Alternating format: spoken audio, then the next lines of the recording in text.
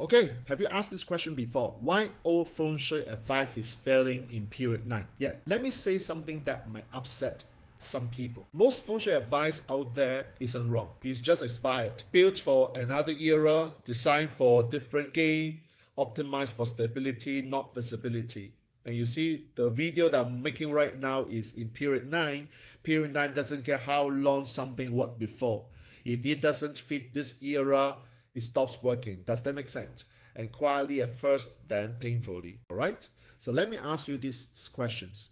Are you still following Feng Shui advice that focuses on holding, protecting, and stabilizing? And have you noticed that despite doing all these so-called right things, your results feel slower, heavier, or oddly long? You see, that's not coincidence. That's just an era mismatch, which is the reason why I'm doing this video in December 2025, which is in period 9. Okay, so this video exists because of the following reason. People keep blaming themselves because they think I must not be disciplined enough. I didn't activate properly. I must be missing something. You see, the thing is this, when period changes, the rules also change. Yes, when periods changes, the rules also change. And applying the old rules in a new era doesn't make you safe. In fact, it makes you misaligned. Okay, so let me share with you 3 reasons why you should watch this video to the end. Reason number 1 is period 8 logic was about accumulation. Back in period 8, it rewarded patience, structure, slow compounding, and holding power. That's why advice focuses on stability, storage, long-term building up, work, but just for period 8. Period 9 is not about holding anymore. It's about expression, okay? So reason number 2 is period 9 is visibility driven. Fire energy brings things to the surface. It's your message, your presence, your clarity. If your Feng Shui is designed to keep you hidden, quiet, or conservative, obviously it clashes with period 9. Does that make sense? And that clash itself creates friction. It's not immediate disaster, but constant resistance. Scary, right? Reason number 3, why you should watch this video to the end. Passive setups no longer hold, okay? And that's what we talk about being congruent. If who you are becoming doesn't match the environment you are in, you will feel the tension. And it goes the same with Feng Shui. Passive setups in active era creates internal conflict. Okay, so let me share with you this message before I deep dive into the lessons I'm sharing with you in this video. If you haven't done so, make sure you click subscribe to my channel so that and also press the bell button. You see the bell button somewhere so that you'll be notified of my upcoming video in this channel. And make sure you share this with your friends, especially do it before the year end because they may thank you for doing that. Alright, so once again, thank you for your support on this channel. Now let me move on to the lessons I would like to share with you here. Lessons number 1. Period 8 Feng Shui was built for stability. And let's be respectful here, okay?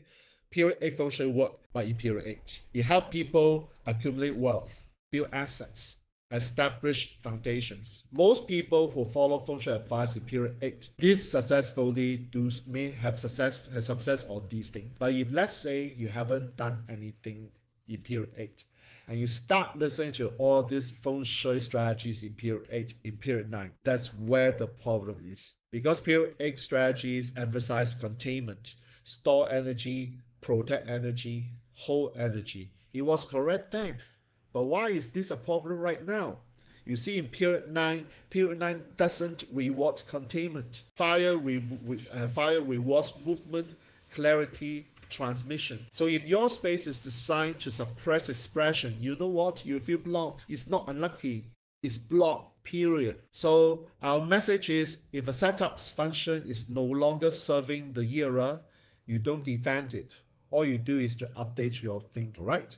So lesson number 2, Feng Shui must match human behavior. Okay, this is why the message is very important. Your environment must support how you actually live, not how you think you should live. I'll say it one more time. Your environment must support how you actually live, not how you think you should live. Because most people live more visibly, more digitally, and more connectedly, but their spaces are still designed for slower and quieter life. So you see that's a mismatch. And this mismatch creates stress. So why does it matter in period 9? Again, fire amplifies inconsistency. If your environment tells you to hide, but your work requires you to be seen, your nervous system feels conflicted. Does that make sense? Therefore, you might hesitate, second guess, or drain energy. And that's not lack of confidence. To me, it's pure misalignment. You know, some things that are outdated when it's technically worse, but you feel constrained. And that's a sign your Feng Shui belongs to the past. All right? Lesson number 3. Awareness is the new activation. Yes, interesting, right? This is where people want shortcuts. They ask, what should I activate for period 9? Is there a question also? Well, you know what? That's the wrong starting question. Period 9 requires awareness before action. So let me share with you this important principle. And if you don't understand what the space is doing, who is it supporting, and how is it affecting you, please, you do not activate yet. Instead, you observed. You see, strong leaders don't rush decisions. They create clarity first. And your environment should do the same thing. Okay? So let me help you reframe this for you in this video. All you need to know is period 9 doesn't need more tools. It's a good news, right? All you need is better judgment, less superstition, less copying, and more congruence. The goal here isn't to do Feng Shui harder. The goal is to do Feng Shui accurately. So before you change anything before the year end, ask yourself this question. Which part of my environment reflects who I was, who I am becoming? I'll repeat one more time. Which part of the environment reflects who I was, not who I am becoming? And that question alone reveals outdated setups. Okay? So if this video helped you rethink what you have been holding on to, you'll be right fit into Destiny Architect's Telegram chat. Inside the chat, we talk about updating identity with environment, alignment over tradition, and clarity over ritual. You see, because period 9 doesn't reward loyalty to the past.